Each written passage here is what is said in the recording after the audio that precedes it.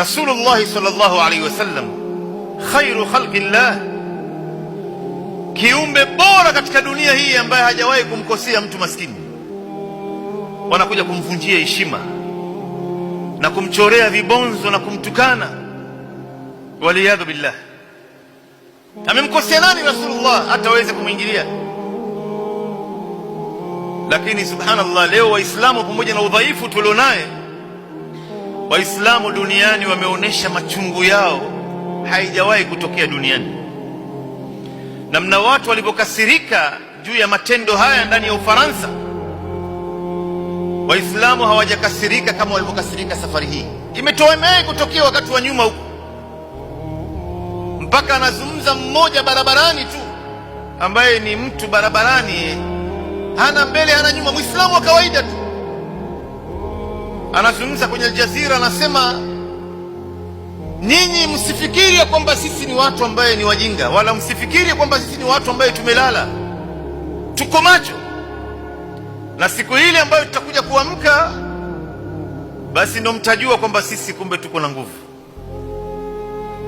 Muislamu leo hajamtukana mtu, hajamdharau mtu, hajamfanyia mtu khiana. Kwa nini waende wakamtukane kiongozi wao? Na hii ni heshima ya Mtume.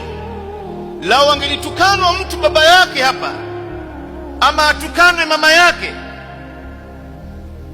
ungeona mtu alivyokasirika. Na viongozi wa Kiarabu waliyadhu billah wanakaa wanaangalia tu. Mtume anakosewa heshima. Lao ingelikuwa ni mfalme wa Saudia ndo ambaye ametukanwa, au labda ni kiongozi wa Imarati ama nchi ya Qatar, embassy zote za Faransa zingefungwa na Wafaransa wote wangefukuzwa katika nchi.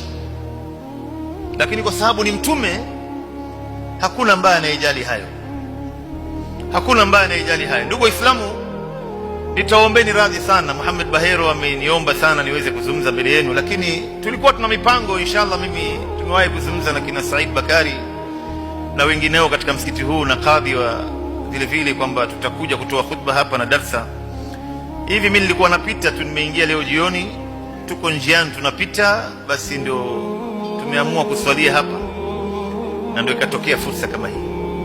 Lakini inshallah nafasi ipo, na nimefurahi kukutana na nyinyi. Ni furaha kubwa kukutana na Waislamu wenzako, hakuna jambo la furaha kama hilo.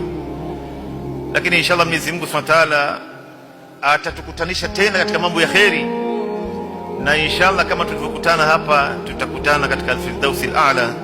Subhana rabbika rabbil izzati amma yasifun wa salamun ala al-mursalin walhamdulillahi rabbil alamin. Subhanakallahumma bihamdik ashhadu an la ilaha illa ant astaghfiruka wa atubu ilayk. Wassalamu alaykum.